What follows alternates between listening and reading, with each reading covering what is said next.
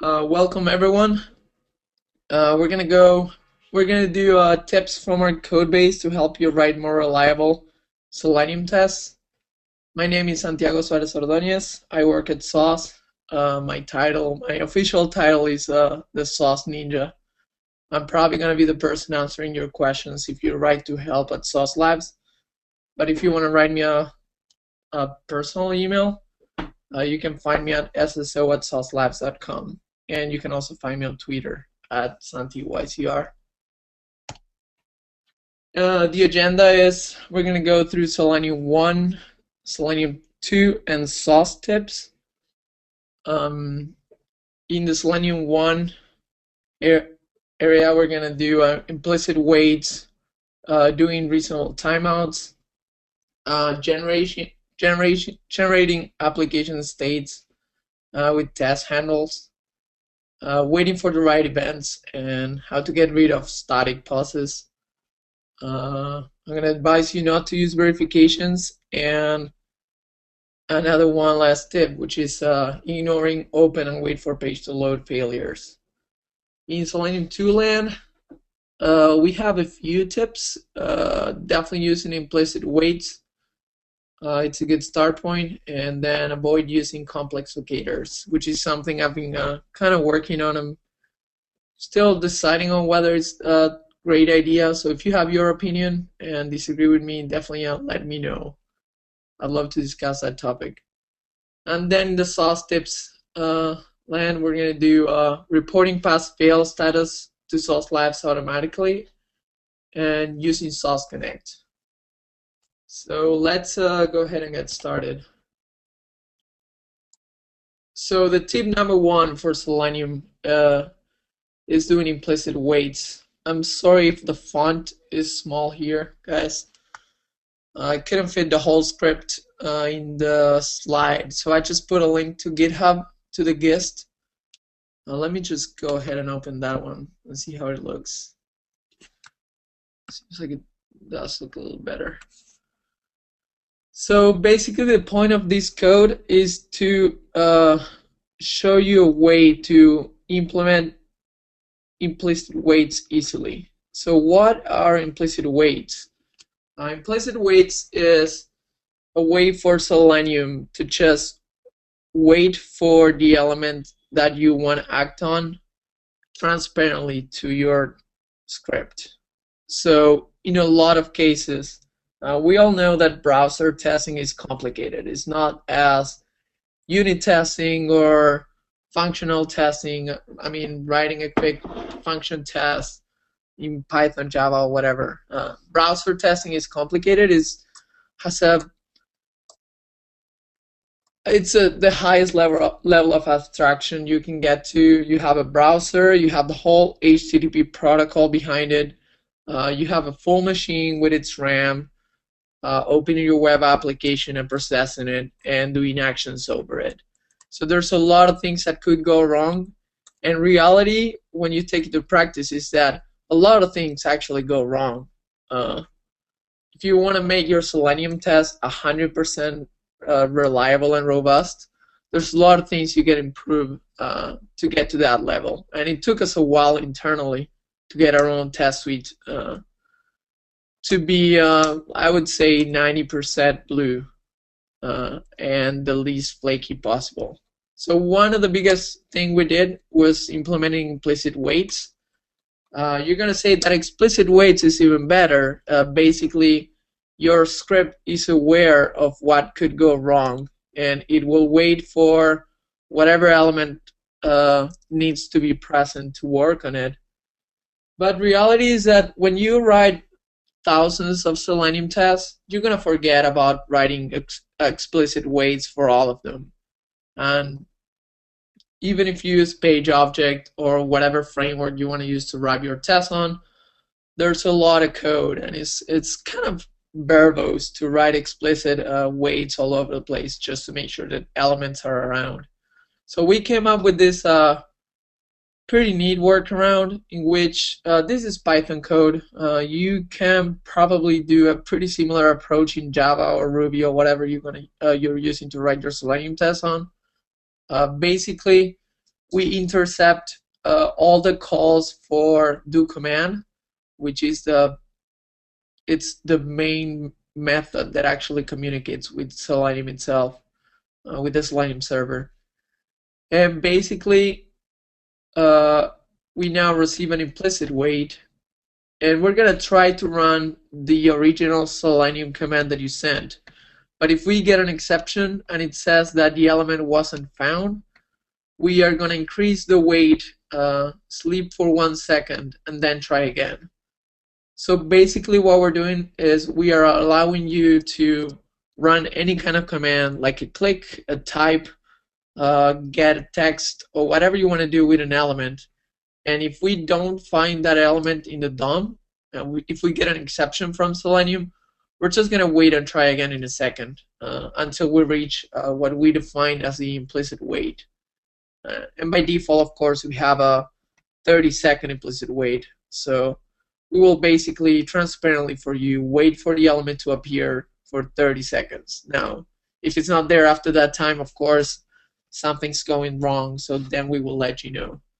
And just doing this single change, man, it improved our test suite considerably. It just got rid of all these random element not present failures. They can happen because of slow traffic, loading the web server.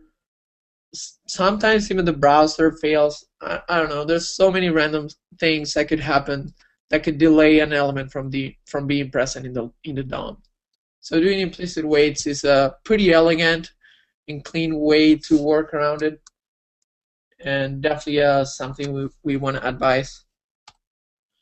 Now, next tip, reasonable timeouts. We've seen a lot of times that people running tests in our cloud report timeouts and failures after 30 seconds of trying to load a page. Well, even though 30 seconds might sound more than reasonable for loading a full page from a web server, reality is that test environments do not reflect production ones. So there's a lot of conditions for which a page would take longer than 30 seconds to load. Again, it could be high load due to parallel testing on your web server. It could be that the bandwidth in the web server is currently short and it is not being able to transfer all the files that it needs to load the page. It could be that our browsers in our cloud are having some kind of connectivity blip, so it could take even longer. So for a testing environment, you don't really care if the test took 30 seconds or if it took 60 seconds to just load the page. It's not a real user, so that is not a problem, and I'm guessing most of you will do your performance and load test on a better scenario than just using functional stuff. I mean, just mixed with your functional stuff. So I would advise to increase all your timeouts to 90 seconds, and that will definitely get rid of some flaky, slow page loads issues. So again, you only want to know if the page didn't load once you're really, really, really sure that it didn't load. You don't really care about network issues or CPU issues or web server coming up issues that make your bills go red for no reason. Now, this one is something that I don't see people do that often. I think it comes from our past. I mean, I'm assuming most of the automation engineers working with Selenium nowadays have had at least a brief amount of time in which they did manual testing. So I think this common flaw comes from those times, and it's basically, I think all applications nowadays should have test handles that would make automated testing faster and more reliable. And what do I mean with test handles? Well, you gotta have control over the application that you're testing. So you have to be able to plug a magic URL that will generate state in the application from a browser. Or you could even, I mean, you don't really need to do it through a URL. You could even be able to do database queries and fill in with stuff via the database. I will leave that up to you, but I think this is the most clear example of how to do it. Basically, what most people do nowadays is something like this. Oh, sorry. I don't know if I'm going to be able to select this.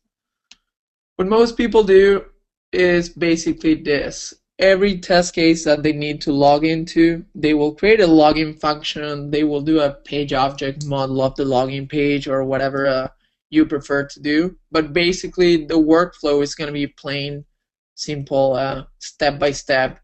Open the login, wait for the page to load successfully, then type the username and then type the password, and then click the submit and then wait for that page to load and hope that it worked.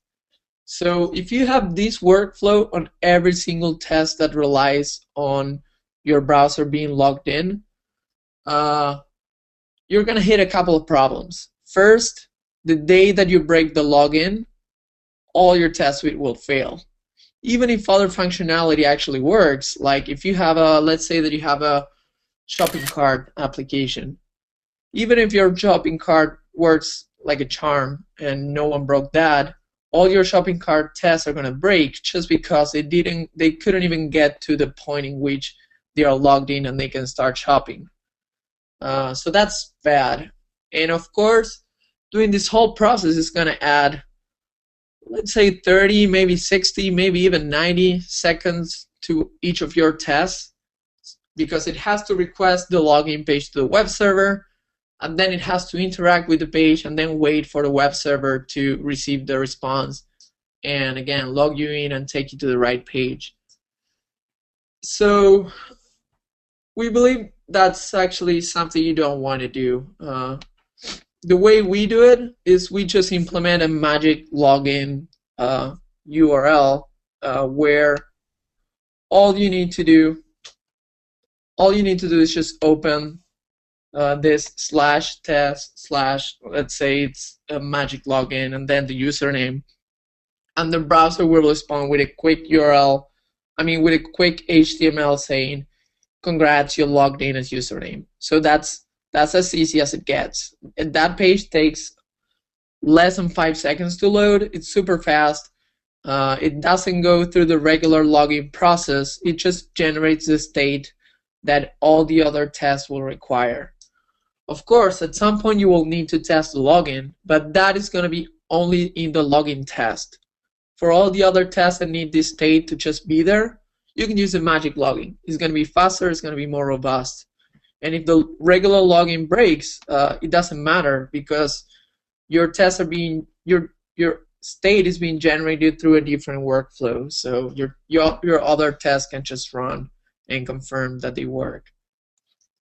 Of course, I gotta mention that all these magic URLs should only work in your test environment. You don't want to deploy to production with all these URLs enabled so that a hacker could find out and log in as an administrator and start doing stuff that you don't want to happen. So make sure all this code is strictly limited to testing and development environments. Now, waiting for the right events and never using static pauses. Static pauses are something I see really often in tests. They are the easiest way to solve an async loading problem.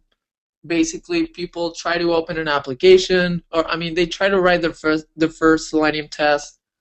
It records well, but when you reproduce it, you notice that Selenium is so fast that the web server didn't get to reply on time, and Selenium is already trying to click and stuff and type and do stuff over elements. So you say, all right, I'm just going to make Selenium wait a little bit longer, as a real user does.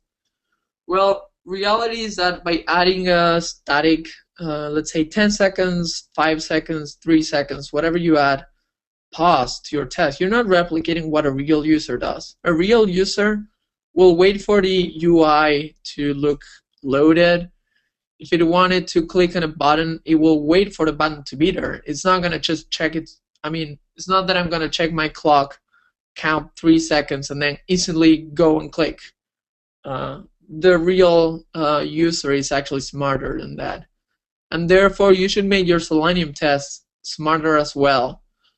Why is that? Well, because web servers, again, explaining again all the complexities that browser testing adds. Web servers could take longer to deliver. The browser could be under high load, so the DOM could not be ready on time. Or even worse, even the web server applied super fast and the browser rendered fast, and your element was ready 1 second right after you made a request, and you're adding 9 seconds additional to your test, doing nothing, just waiting for this static pause to complete to then move on. And that is not good, because you want your test to be performant. You want your build to be fast so that your developers can keep on moving. So the way to do that is adding smart waits, like the good example of wait for condition. Basically, you add a JavaScript condition that you want Selenium to wait for, or a little bit more verbose alternative. But a good way to implement waits is basically to just write a for loop and assert that something is there. For example, in this case, we're going to wait until this text is present in the web page. So for 60 iterations, we're going to see if the element is there. If it's there, we will break the for and move on. If it's not there, we will just sleep 1 second and try again. And probably after the 60 seconds, you should add some kind of exception and failure saying that the condition was never met. These kind of smart waits in combination with implicit waits are going to make your test super robust. I can't tell you how much our test would changed once we started moving all our quickly written tests to this format. Of course, you can factorize all this verbose code into some kind of wait for element present or whatever you want to write it. There's several ways to do it. Actually, we have so many waits inside our Selenium code base.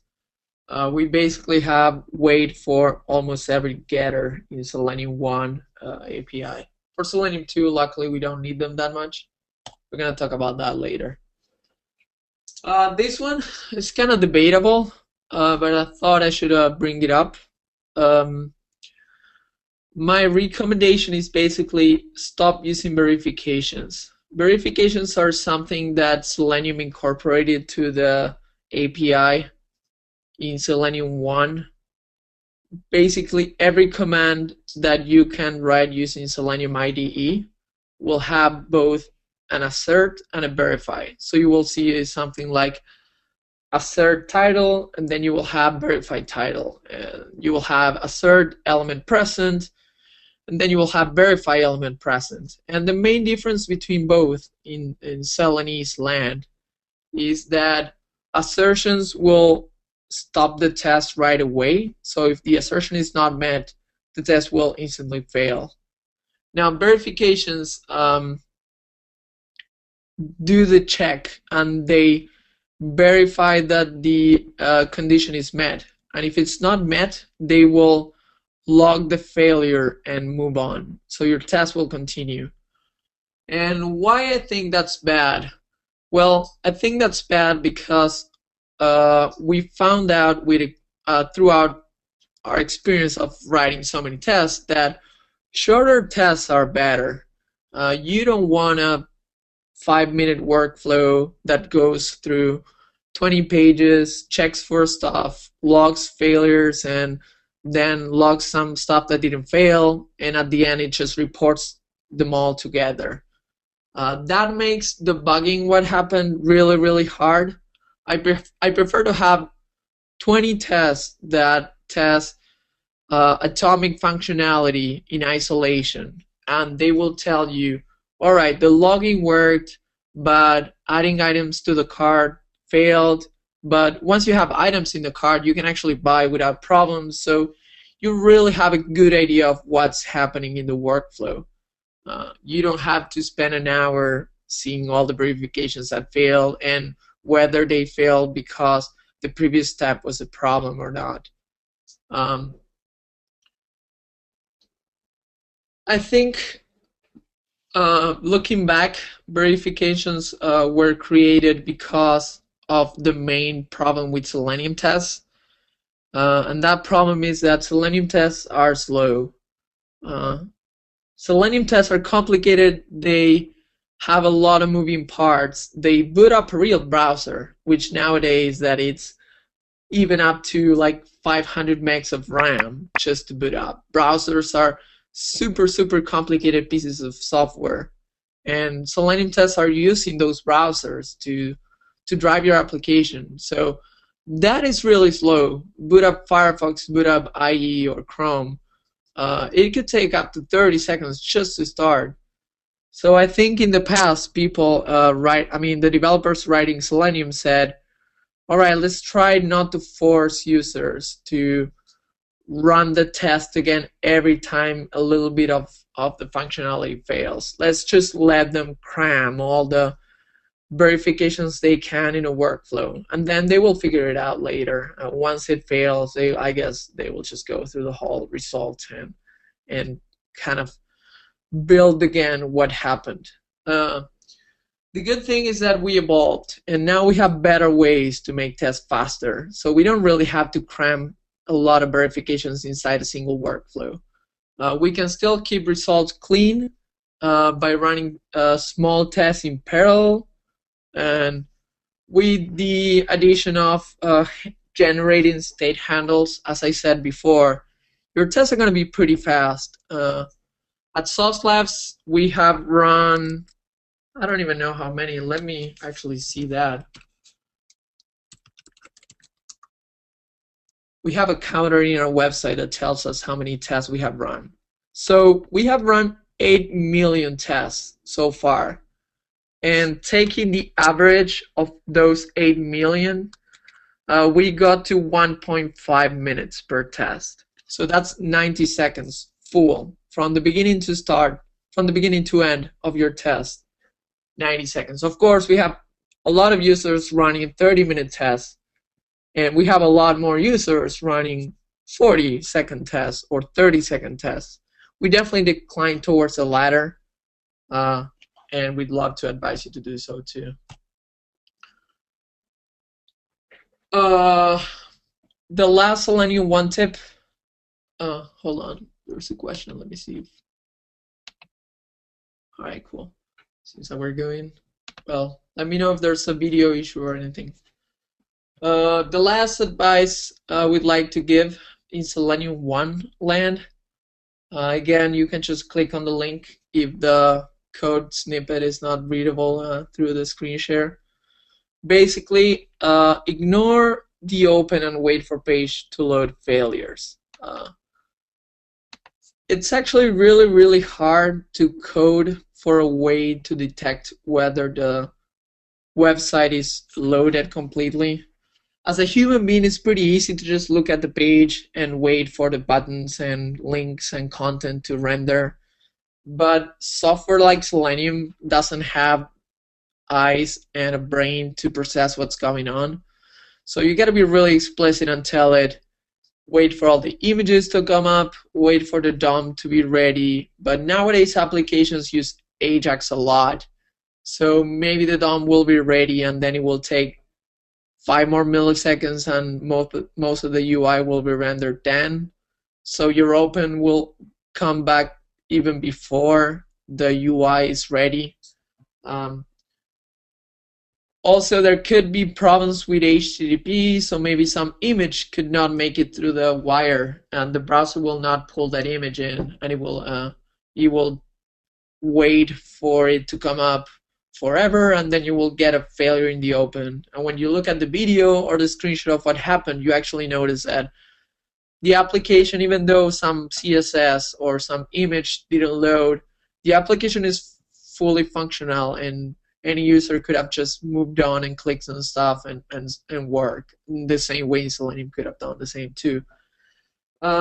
So we advise you to just ignore failures on open and just be smart on writing your tests to make sure that the next step after an open makes sure that the page is correct.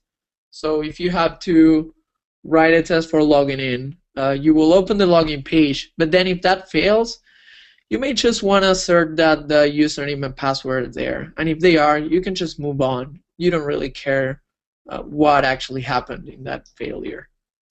You may want to just log it as a warning. I'll leave that up to you. As you can see, we do print a warning saying, hey, the open failed, but then we just move on. We just do pass and move on. And that, I think that did the extra mile to make our test suite more reliable. I think after dealing with flaky tests for months and months and using all these different strategies, the last amount of tests that failed, one every, let's say 10 or 20 builds, I don't even know. The last extra mile of flaky tests were because of open commands randomly failing, because the web server wouldn't send some file, or the browser couldn't render something, or some image couldn't make it through the connection. So basically ignoring those made our suite even more reliable and didn't really hide any kind of failures that we didn't notice. Again, if you disagree on that one, I would love to have conversations with any of you guys about their experience and whether you agree or disagree with this. Now let's move on to Selenium 2 tips. I'm still working on the Selenium 2 ones. Definitely Selenium 2 is a more mature product, WebDriver and Selenium 2. The API leaves less room for mistakes and issues, so there's fewer tips, and that's good news. That's because people let to write better tests more easily and without less hand-holding. So in the same way we really like implicit weights for Selenium 1, we do the same for Selenium 2. But the good news is that implementing implicit weights in Selenium 2, it's super simple. That comes inside Selenium already, so all you have to do is just call the special implicitly weight method that comes with your Selenium library. You can read more about all the different alternatives for doing this and all the other programming languages. This is Python, but if you click on this link, you will be taken to Selenium's official documentation, which I do have to say it's really good looking and well implemented, and it's not because I was part of that effort, just because I like it. And you will have all the different programming languages, and we will explain you what implicit weights do and how to get them in your tests in all the programming languages, including Java, C#, Python, Ruby. So check that out for sure. And again, implicit weights are not a replacement for explicit weights. They're yet another tool. We definitely advise you to use implicit weights, but you will also have to write explicit weights, where your test script is aware of what's going on and waits for the right event or condition to be met before moving on. Now, one last Selenium 2 tip that I've been kind of thinking about, and I think I'm getting more and more convinced over time, is to avoid using complex locators. And you may already know me from giving presentations on how CSS locators are better than XPath, more performant and more readable. Well, I think I'm declining against CSS locators now. With Selenium 2, you have the opportunity to move all the complexity of finding the element that you want to work on. You can move all that to your code and not to your locators, which are just plain strings inside your code.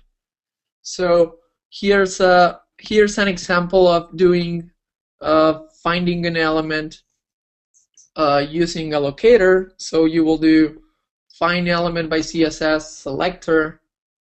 This is the Python alternative. The Java one reads kind of different. You only have find element and then you pass the by as a parameter, but you can probably figure it out the same way.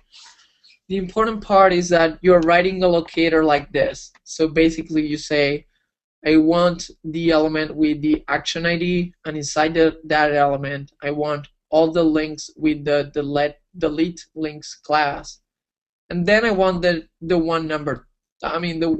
third child inside that list. And then you're going to click on that element.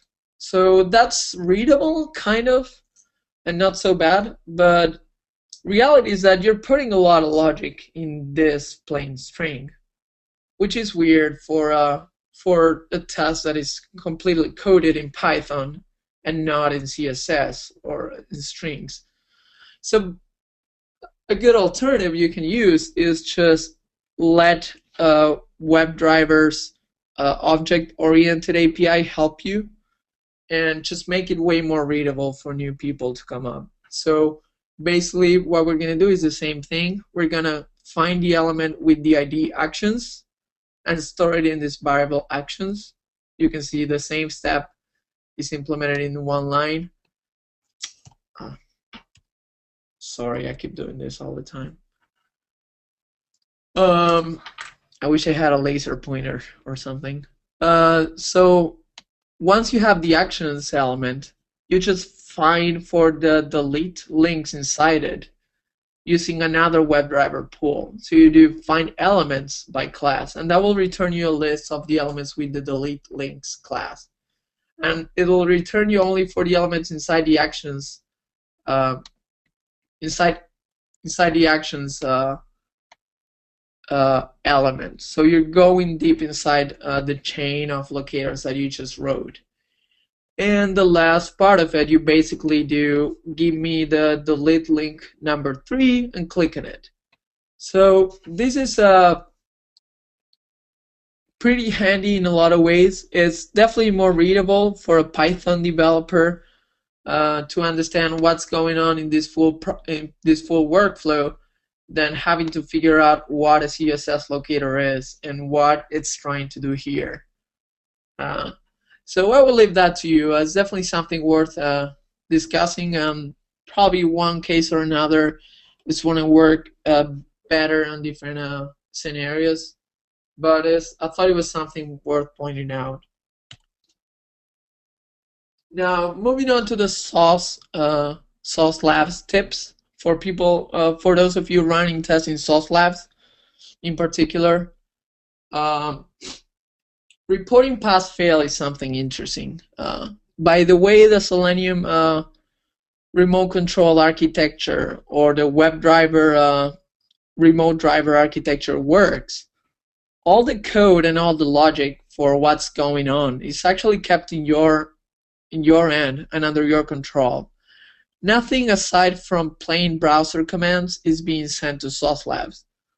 All that Sauce Labs or your own remote WebDriver server or your own Selenium RC server gets is the plain browser commands. So if you want to assert that the title in your web page is Sauce Labs, everything that Sauce Labs gets from that action is a request for get me the browser title. We don't really know whether you wanted to assert if it was Sauce Labs or whether it being another thing was correct or incorrect. So we never actually know whether, once the test is finished, we never actually know if it was a pass or a fail.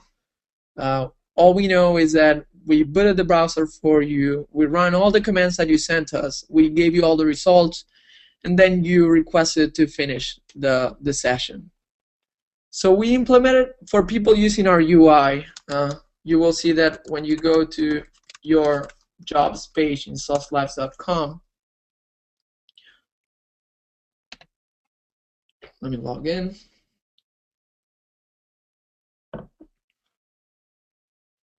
all you will see is a long list of all the executions, all the test scripts that we run. And there you will see status like finished and error, and they are going to be green and red, but they may not reflect exactly what happened in your test. What you want to know is which are passed and which are failed, which I think I do have a fail here.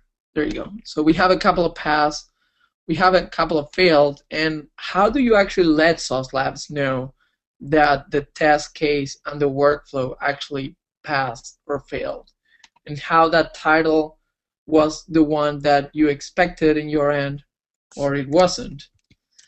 So we implemented a REST API, and we also plugged to the Selenium 1 set context command so that you can send us that metadata about the test transparently without affecting your workflow. So in Selenium 1, all you need to do is call set context and give us the following information. All you gotta do is just put the following, let's say, header to your set context call, saying this information is for sauce. Saying this information is for sauce, and I'm gonna give you info about the job. And then you just dump some JSON inside it, and we will interpret it and know that you said whether a job passed or failed. How you figure out whether it passed or failed, that's probably up to you. It depends on the test framework that you're using and the programming language you use. In Python, for example, in this case, we're using execution info, which is a magic variable inside the test case, and will return known if it's a passed, and will return something else if it's a failed. So I'll leave that up to you. You can check this guest. It works for Selenium too. And if you want to read the documentation on how to communicate this better, or you didn't understand how I explained it, all you gotta do is just go to saucelabs.com/docs/on-demand, and you will see all the different ways to interact with Sauce Labs here. And the one that you are looking for is annotating job methods and reporting pass fails. So just go there, the URL I just sent you, and search for pass fail or annotating jobs, and you'll see that. Now for Selenium 2, we're still working on a clean solution.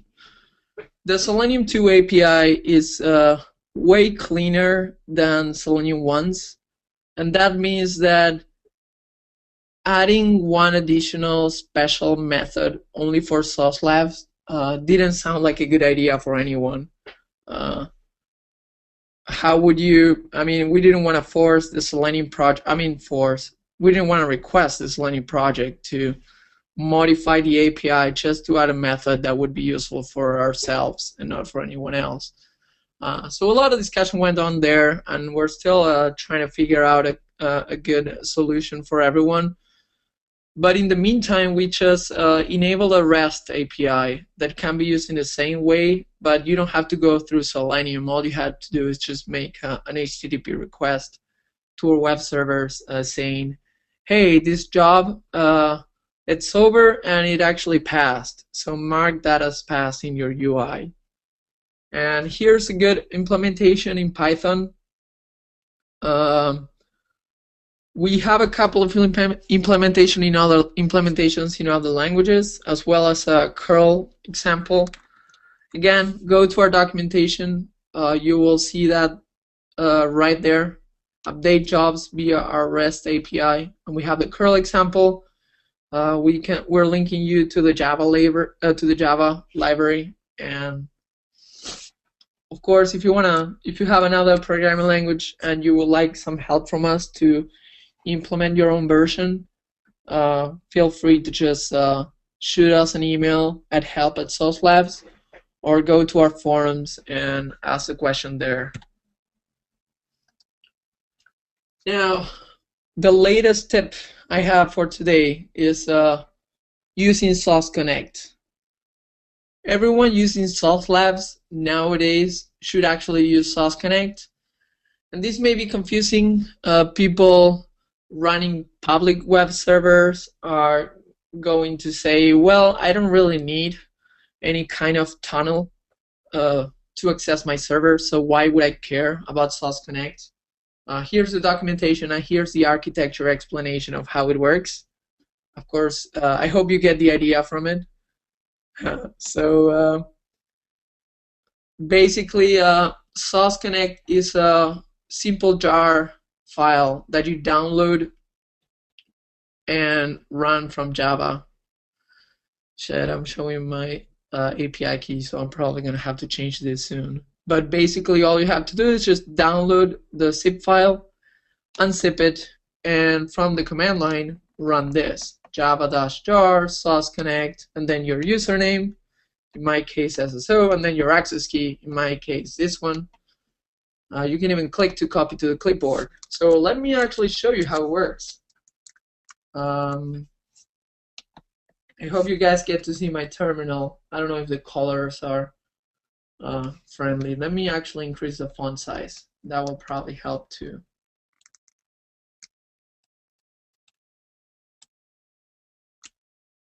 All right. So, of course, I already downloaded Sauce Connect, and I have it inside my bin directory. So I'm going to do java-jar sauceconnect.jar, my username, and then my key, which I already have saved in a variable. Or actually, you know what? I'm going to copy it from here. Click here, copy it. And then I go to my terminal and paste. And then you have it. So now, as soon as you hit enter, Sauce Connect will start. It will contact our end, and it will start a tunnel machine in our end. And then a tunnel will be made, so that all the browsers in our cloud servers are going to access any URL, either private or public, through the tunnel, and as if it was coming out from your own computer, from the computer that is running Sauce Connect itself. That is good because of many ways. It's good because all the content going through the tunnel is completely private. Everything is encrypted and secure. And at the same time, everything going through the tunnel is resent in a reliable manner. So we make sure that every single request from our browsers through the tunnel makes it to the other end. That's quite a big deal, because the internet is not as reliable as you think it is. When you browse the internet, you barely notice that things fail. But when they do, you just refresh and move on, and it's not a big deal. Sometimes HTTP fails, sometimes some backbone deep in the internet roots fails, and that makes some file not to be there or some URL to never load. And that happens a lot in real life. Now, when you have a build that is running thousands of Selenium tests, and when each Selenium test is actually making, let's say, hundreds of page loads and HTTP requests to load all that content, even if one HTTP request fails out of thousands, you will still get a red build every once in a while. And that's pretty annoying. So basically, we made Sauce Connect to fix the internet. We made Sauce Connect so that it ensures that everything that goes through the internet is reliable. And that will help both your public and your private tests. I mean, your tests over public and private servers pretty easily. All you got to do is just download it and run it. So that's pretty cheap. For such a great feature. Another great feature of Sauce Connect is that, and we have an updated documentation for this. We haven't yet added that to our production website, but we're working on that. Sauce Connect will also has a smart cache in our end. So if you are pulling, if you have 10 browsers opening your web page, uh, all those browsers will request every single file from your homepage or whatever you want to open. All the images, all the CSS, all the stuff that didn't really change is going to be requested every single time to your web server, because browsers do cache, but when you're running new browsers every time and you're running several browsers in parallel, nothing of that is actually cached. So when you use Sauce Connect, we actually apply an extra cache in our end. So any image will only be requested once, and all the rest will just be really, really close to all of our web browsers. So the content will hopefully be faster than even if it wasn't going through Sauce Connect. So yes, that's basically it. I hope I was clear. I'm pretty sure I wasn't. So let's look at your questions and start answering.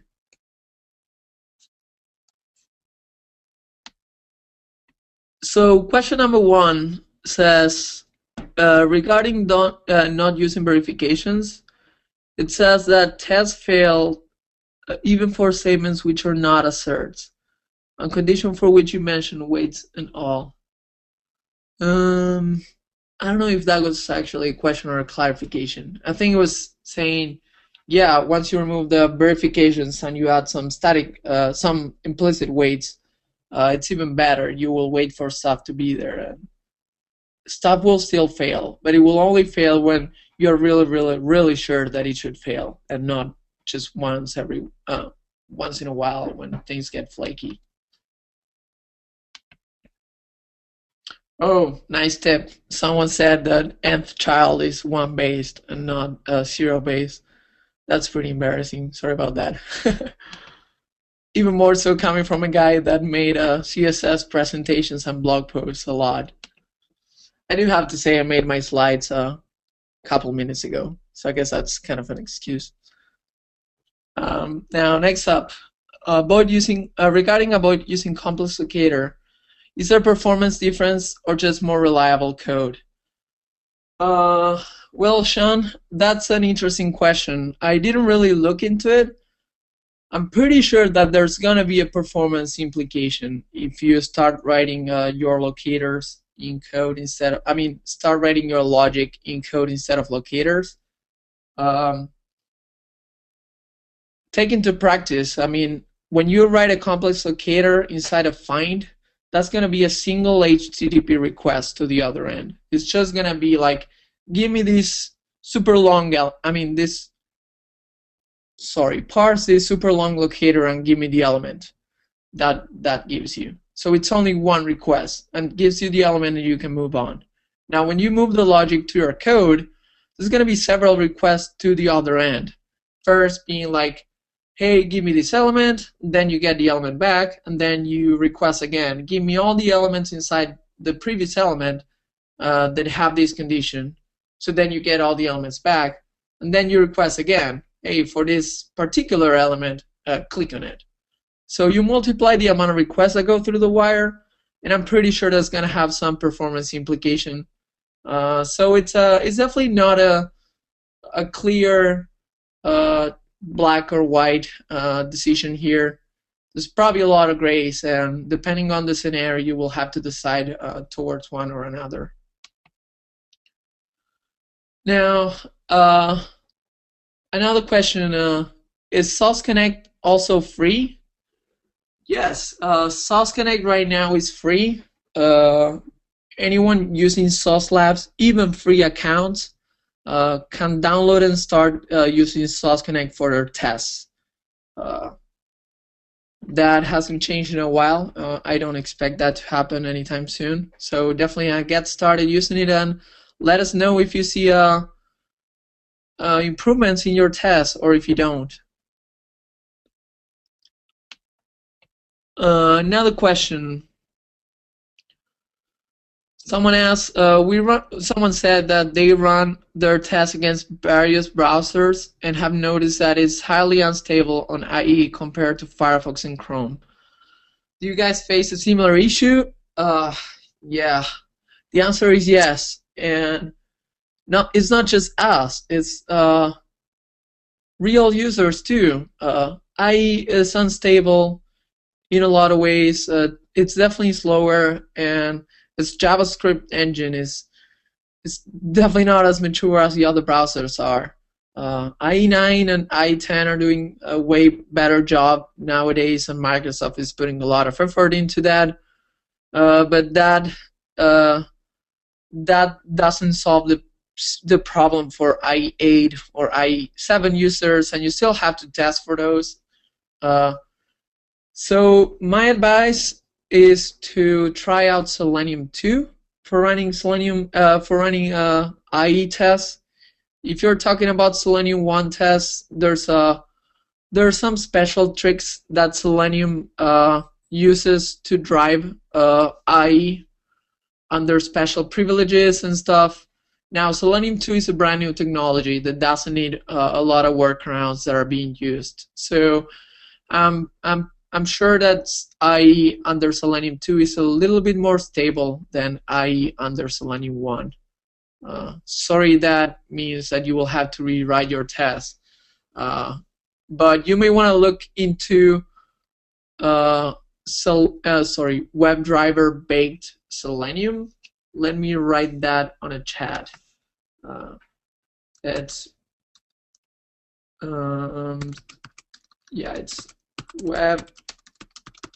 WebDriver backed Selenium. That's written by Simon Stewart, and basically uses WebDriver to run tests that are written in the Selenium 1 API. So it's a great transition point. You definitely want to move completely to Selenium 2 later, because the API is way cleaner, and there are some implementation issues in WebDriver baked Selenium, but it's a good start to see what you can win from moving.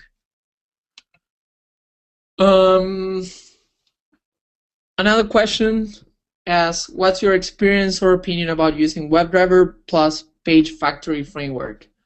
Well, I haven't used, I don't know if Page Factory is a framework itself, or you're talking about the pattern, the page object pattern itself.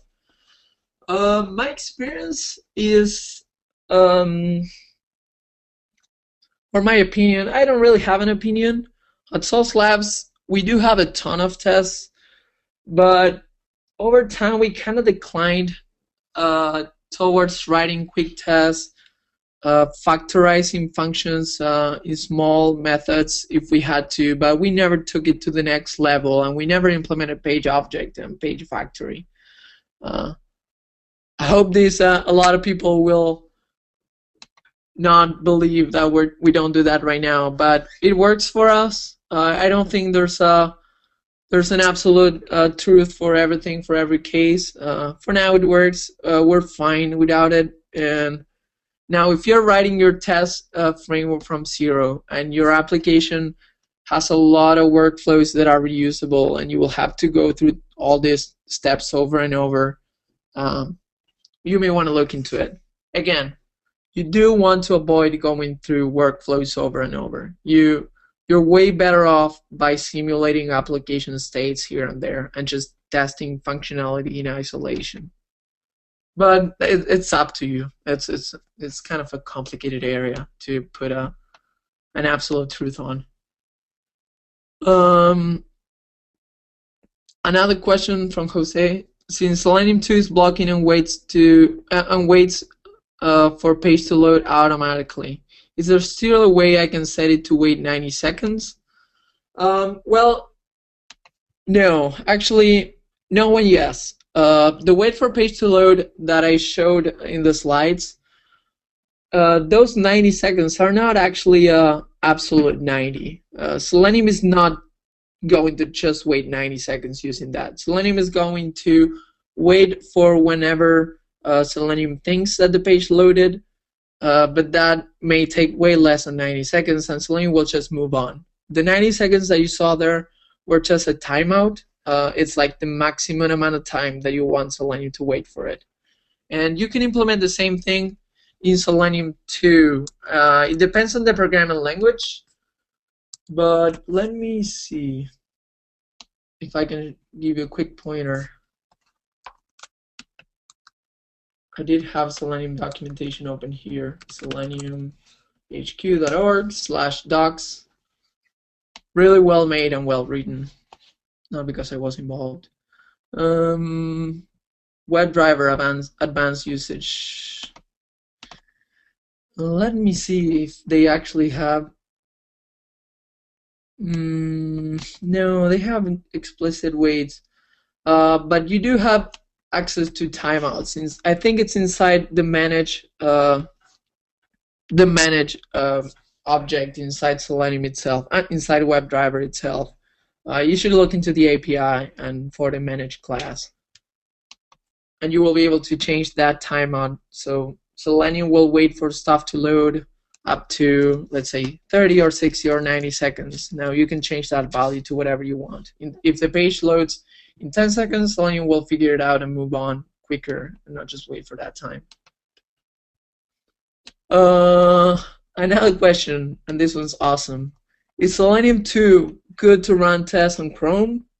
Man, I can't answer this question without pointing you to a video. Let me think. How can I find that video? seleniumconf.org. I think it's seleniumconf.org. I think it's actually .com.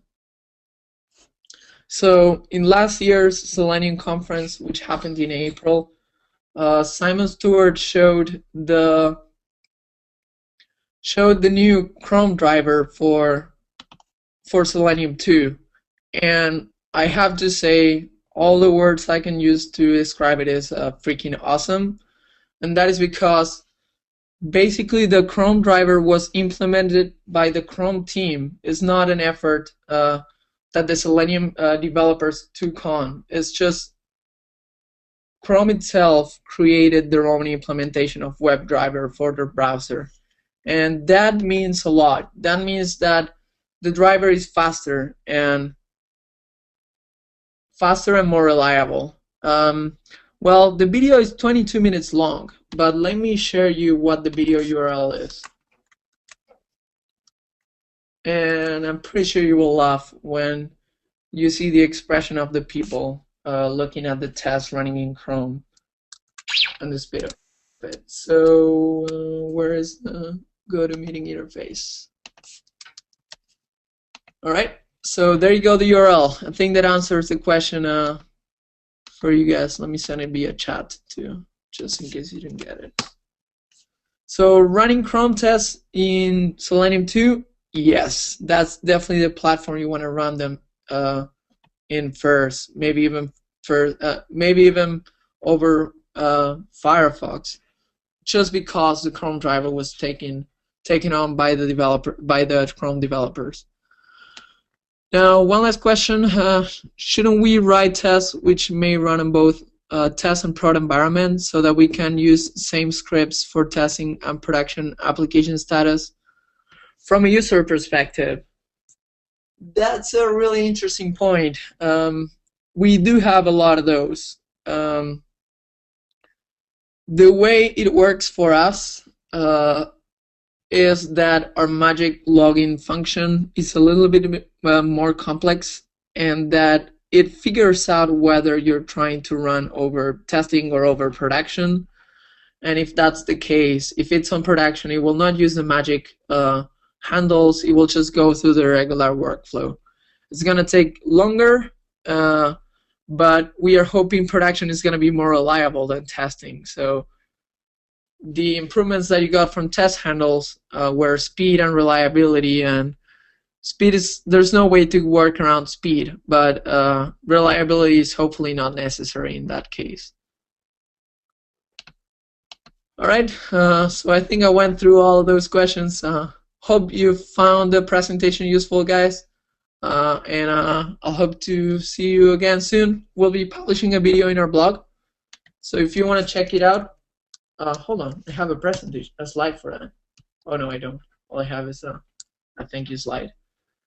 So you can find me on Twitter, SantiYCR. You can email me at sso@saucelabs, and you can go to support.saucelabs.com for our help desk and our forums, and or write us at help@saucelabs. All right, guys. Thanks for tuning in. I'll see you soon in another webinar. Hope you guys took something useful out of this. Bye-bye.